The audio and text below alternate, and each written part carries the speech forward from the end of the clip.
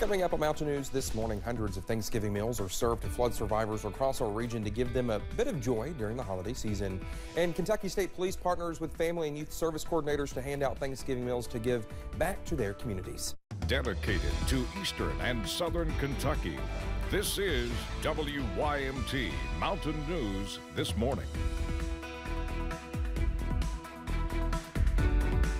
5:32 here on this Wednesday morning. I'm Dakota Makris. Thanks so much for waking up with us on, well, I don't know, Brandon, would you consider it a cool morning? I don't know how you would. Yeah, in some spots. Yeah. It's still a little chilly out there. So we're not as bad as yesterday, but it was still in the low 20s, low to mid 20s when I left the house this morning. In some spots, just a touch warmer than that. But the range is definitely better this morning. It's still, again, coffee weather for sure. Let's take a look at the camera along I-75 there at London.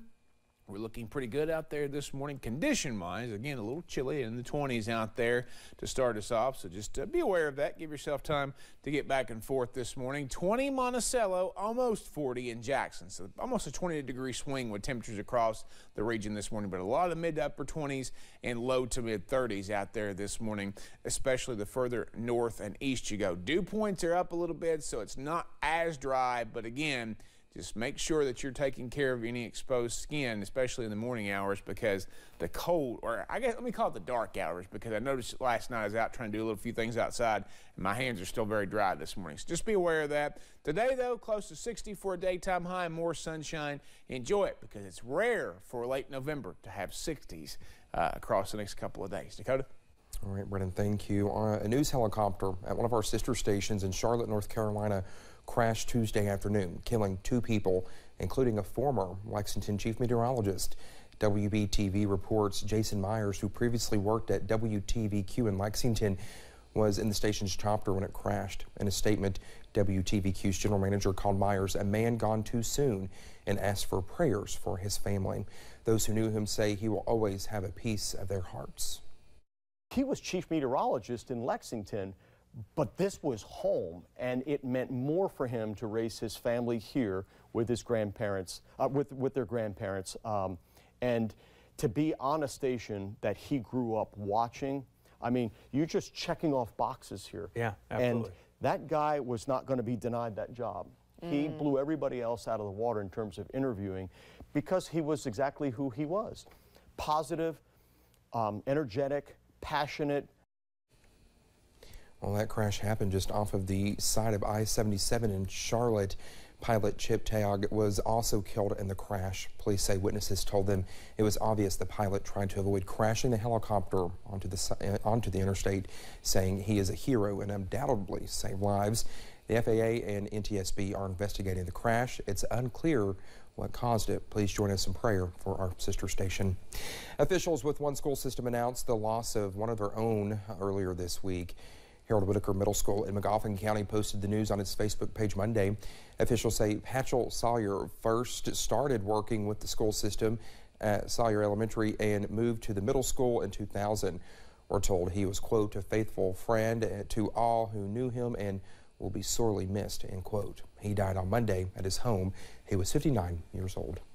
The Magoffin County School District says another student injured in the bus crash is back home. 18 students and the bus driver were hospitalized last week after the bus went down an embankment. Right now, 3 students and the driver are still hospitalized, and state police are still investigating the cause of that crash. The district is thanking everyone for their continued support. 2 men are in jail after police say a homeowner caught them on camera breaking into a home that was flooded back in July. It happened Sunday night on Charlie White Lane in Letcher County. Sheriff Mickey Steins posted about it on the department's Facebook page. In the post, the sheriff said the 2 were spotted on a security camera, so Deputy Seth Whitaker was able to find and arrest them on Monday. Both suspects are charged with burglary, but one of the men also faces a possession of a controlled substance charge. Their names were not released. This year's Thanksgiving gatherings will be a lot different for many families who continue to deal with the aftermath of the flooding. Our Phil Pendleton talked with people in Buckhorn on how they will be celebrating the holiday. The upstairs of this house has been home to Tammy Eversole and her family for almost 4 months. And it was just overwhelming, the things, and people are still donating. Eversole's home was crushed, then crumbled into a creek when floodwaters swept through the town. They lost everything. they remain thankful and they look forward to celebrating that this Thursday. Someone said it yesterday, and that is Thanksgiving won't ever be the same for us. We have more to be thankful for. We have each other. The housing situation is so different depending on who you talk to. Some homes are simply ready to be inhabited once again, ready to move back into. Others require tremendous amounts of work. In this valley behind me at the end of this roadway are several homes where people simply say they don't know what they're going to do. Nancy Baker's kitchen and bedroom need major repairs. The foundation is just sitting there. My kitchen sink is about to hit the ground, so we blocked it off. My bedroom is the same way. So much loss, but all agree that it could have been a lot worse, and it's in a community that has a history of hope, symbolized by a building with the cross that's always lit up. Story of hope, and that cross is the only true symbol of hope. That is our salvation. I'm thankful for a lot of things, to be honest with you. I might end up crying, but I'm thankful for nobody getting hurt, for one thing. In Perry County, Phil Pendleton, WYMT Mountain News. Some families are still at some state parks, but we are told they are trying to relocate people in travel trailers as much as possible. Hundreds of Thanksgiving meals were served to people in downtown Hindman yesterday. It was a partnership among Operation Barbecue, Ashbrook, and Kate's Food Tent. Kate Clemens tells us the organizations asked her to set up the feeding events in Knott County. We caught up with Knott County Attorney Tim Bates about the county's biggest need, and this is what he had to say. We need to keep hope alive. We need to have that fighting spirit that's within us to keep fighting FEMA to get the assistance that they need, to keep pushing the state and the federal government for more assistance for housing. Bates says the county needs a lot of help, but he is hopeful they will be able to accomplish their rebuilding goals.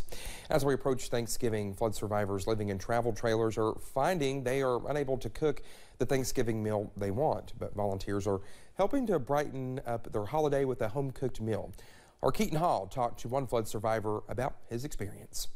Sizemore has been living in a trailer at Mind Made Adventure Park since the flood took everything from him.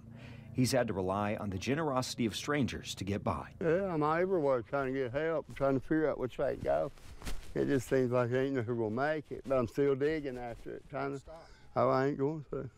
On Tuesday, volunteers hope to spread some seasonal cheer by bringing Thanksgiving dinners to those living at Mind Made, since many aren't able to cook for themselves. I doubt it. Based so small, that little stove there. Kate Clemens of Kate's Food Tent helped deliver the meals. She says flood survivors in travel trailers are struggling to get quality food. The ovens are small, some don't have ovens, and I've spoken to several people about how the kitchens are breaking down, they don't work. Clemens says there are still many people who rely on her meals, but their need goes beyond food. What I do is not just food, it's really like what is the need at the moment. It started as food, but now it's moving into rebuilding. And for folks like Sizemore who are waiting on FEMA, it's the generosity of strangers that keeps them going. It means everything to me. In Knott County, Keaton Hall, WYMT Mountain News. Well, more than 200 Thanksgiving meals were handed out to people at Mind Made Adventure Park. In partnership with Whitesburg Food City, Kentucky State Police, and several Family Resource and Youth Service Center coordinators delivered Thanksgiving meal bags to those in need.